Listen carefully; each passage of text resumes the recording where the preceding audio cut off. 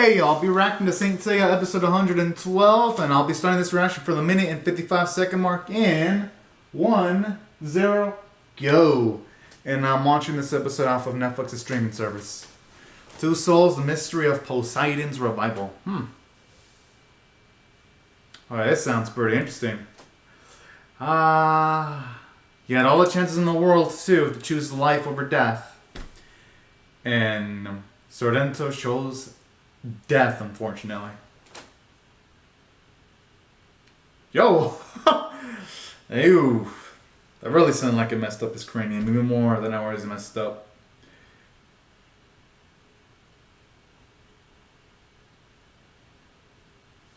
You know, honestly, Shun's done an amazing job. He's taken down 2 generals. That's impressive. Really, really impressive.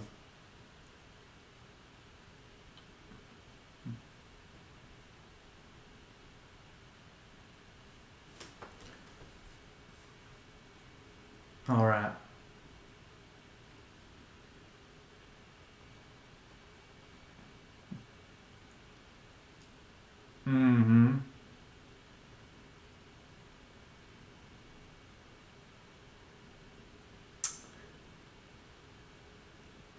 He should care, though. Oh, this cocky son of a bitch. I'd like to see him keep that same stance. Oh.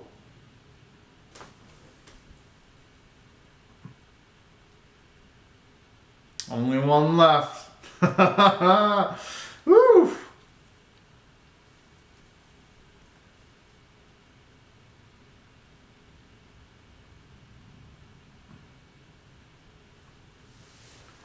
All right. And you know, I do want to see how Seiya utilizes the gold cloth, all things considered, now that he's got more proficiency with the 7th sense.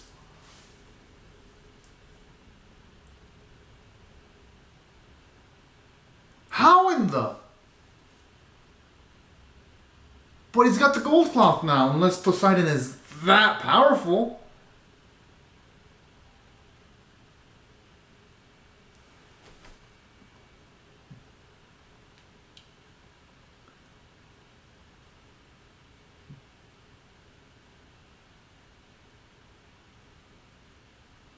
Jeez.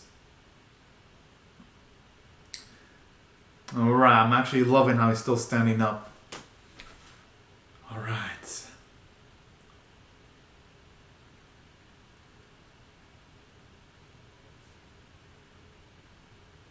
Maybe you should try the comet attack.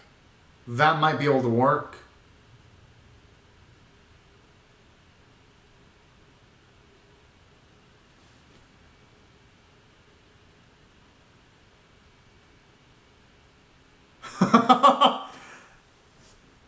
Oh!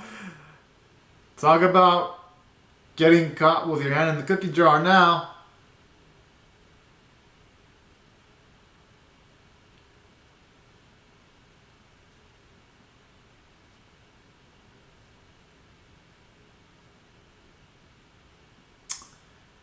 Oh yeah, baby. You know, it'd be truly fitting if Iggy was the one who took out Gemini Conan too, because that means both brothers would have taken down two pillars. And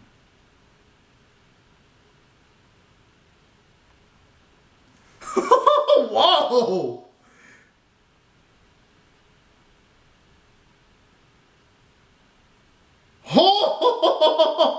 Okay then, never mind. I thought this dude was stronger, but he's weaker. I didn't know that.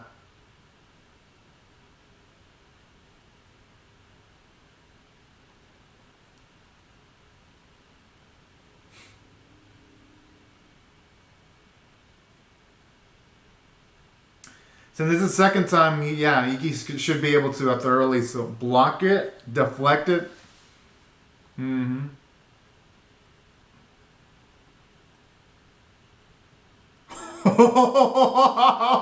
Ooh.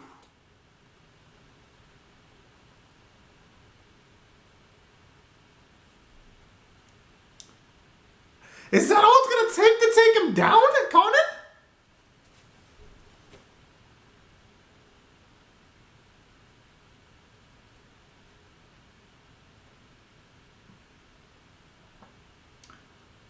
Wait, so we can use it as a truth serum?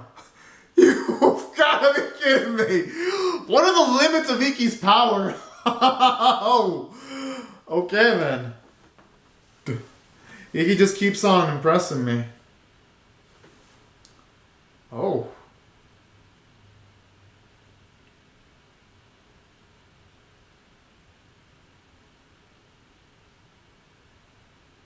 Hmm.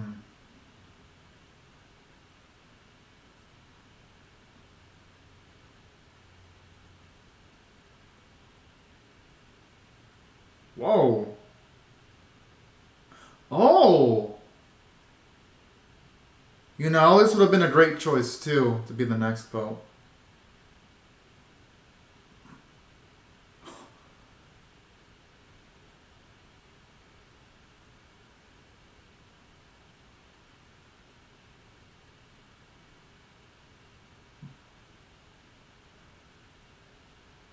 Ah.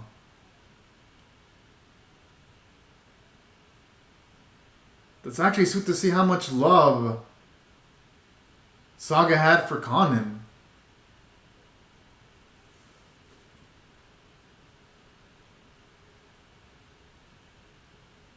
Hmm. I like how he's just all matter of fact about this. Ah.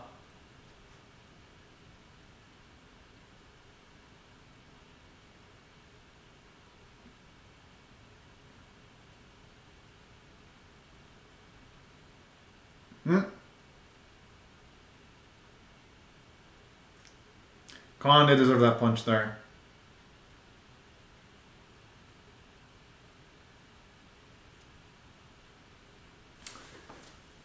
He's talking about some tough brotherly love.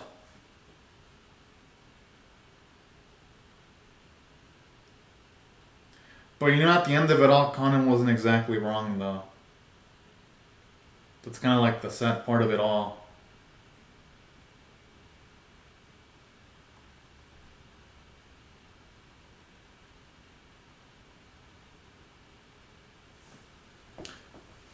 I mean, apparently, yeah, apparently he can.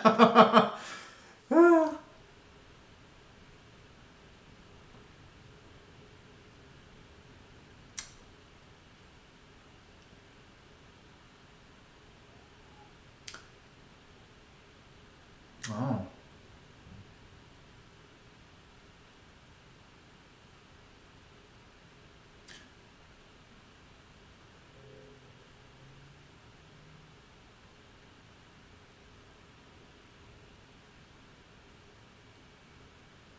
You know, that's the scary part, how right Conan actually was.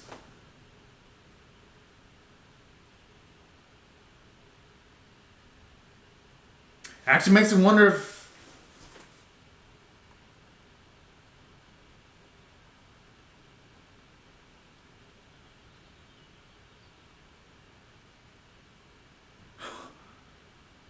What a sack of shit! That mother... fucker. You know, if he probably wouldn't have heard those words, Saga would have probably been a normal man.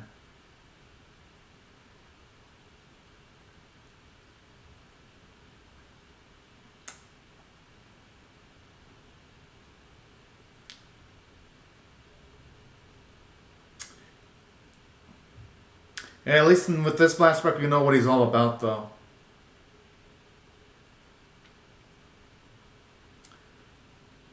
Damn, I would think his actions would have that much deep ramifications, though.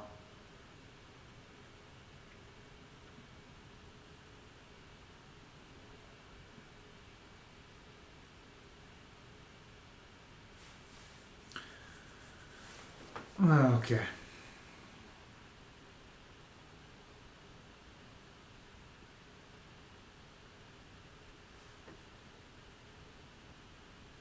Hmm.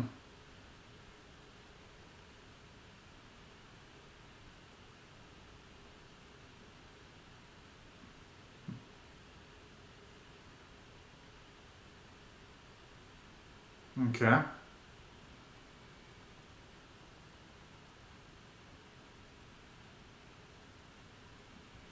Whoa. And I imagine it'd be painful because with all that water, you'd never be able to sleep.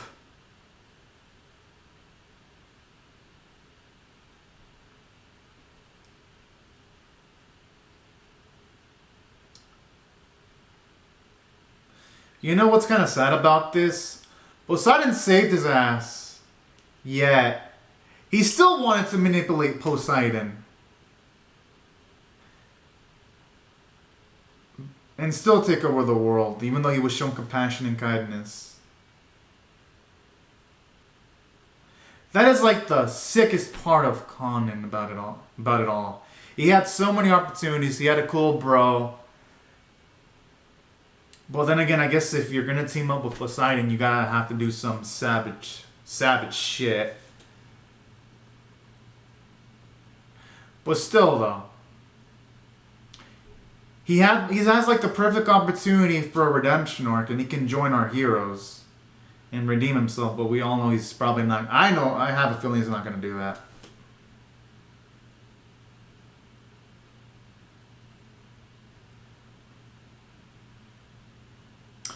Oh. Never mind then, I thought it was Poseidon for a sec that actually broke that.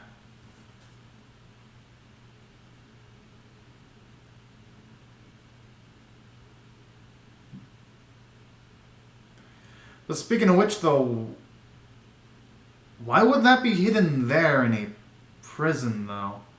I mean, I guess since it might be too powerful to destroy.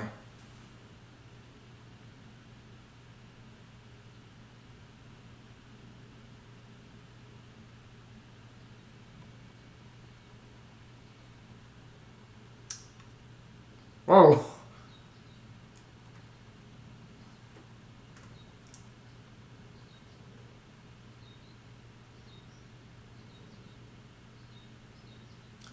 Oh, that's quite a rough landing.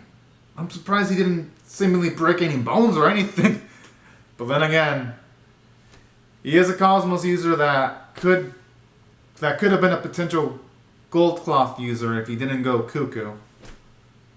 So I could see why. I could imagine why it wouldn't harm him.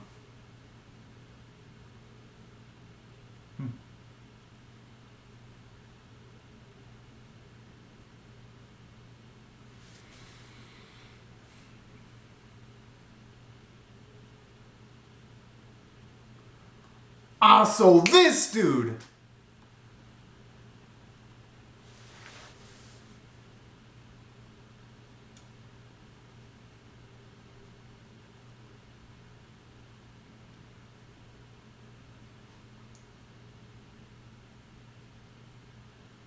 Okay, it's.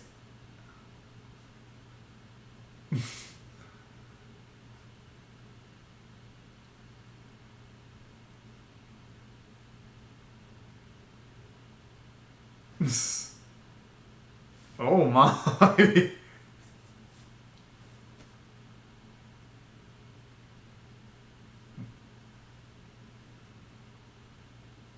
Oh. It's kind of funny though, be that from a person that's talking about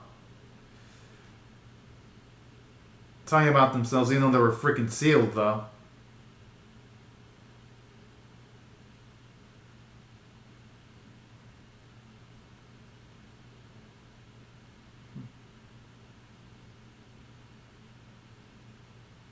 Hmm.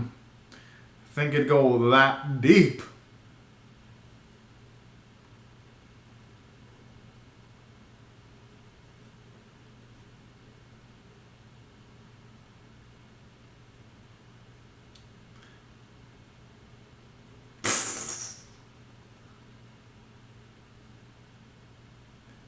But you know what? That actually makes the mythology of the series much more deeper to know they've had multiple run-ins too in the past. It's pretty cool, actually.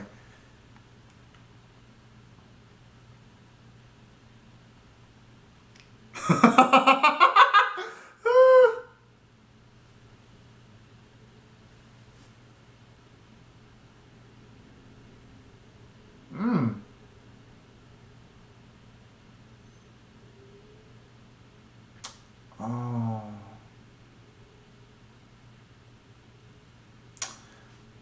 Oh.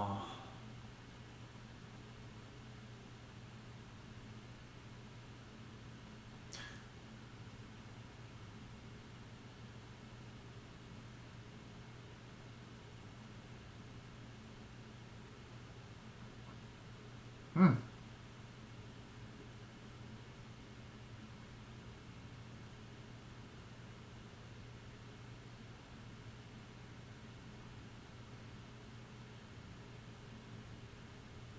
Hmm.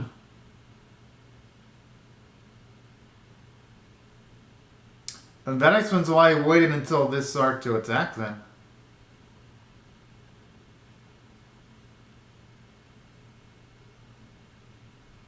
And poor Julian, too.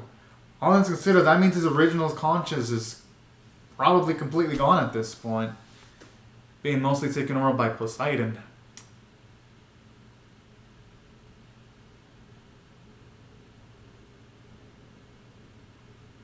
Oh, he seems like such a sweet kid, too.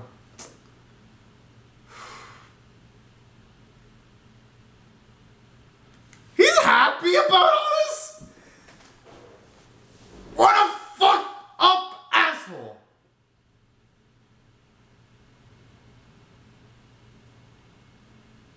Whoa!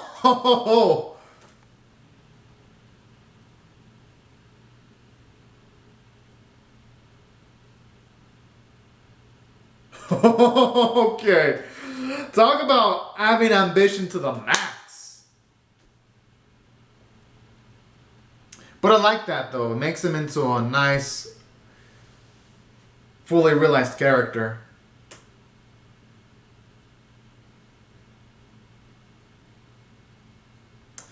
And I gotta admit, it does make him into a cool character too.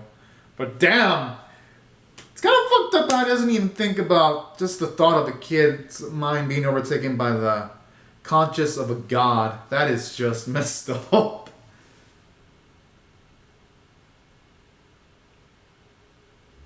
Oh.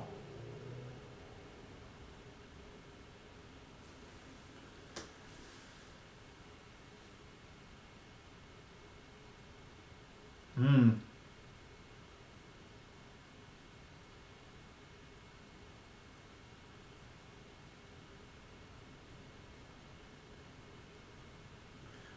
Wait. I wonder, is that actually happening, or is it because of Iki's attack that's doing it? That's what I'm wondering.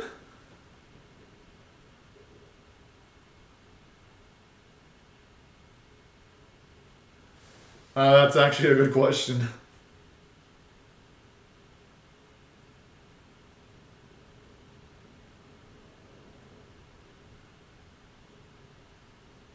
Mm-hmm. And I love how he's saying that when Con is like in the ground.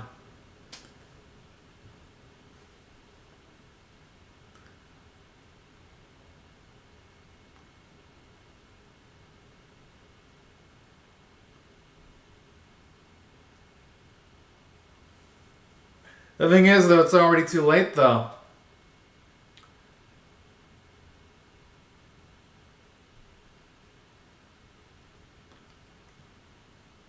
I mean,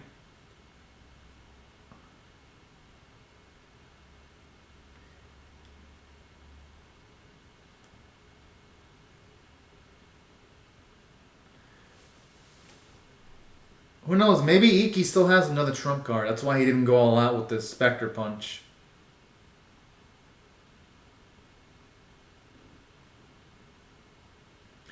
Cause,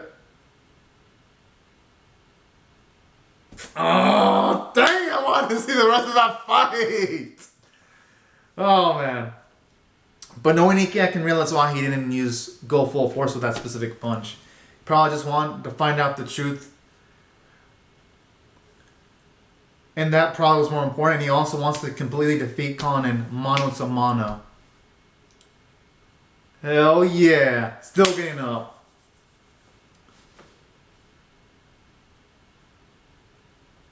No, honestly, the whole call with Iki and Khan, I almost forgot about Seiya's fight for a second. But alright, I like this little reminder here.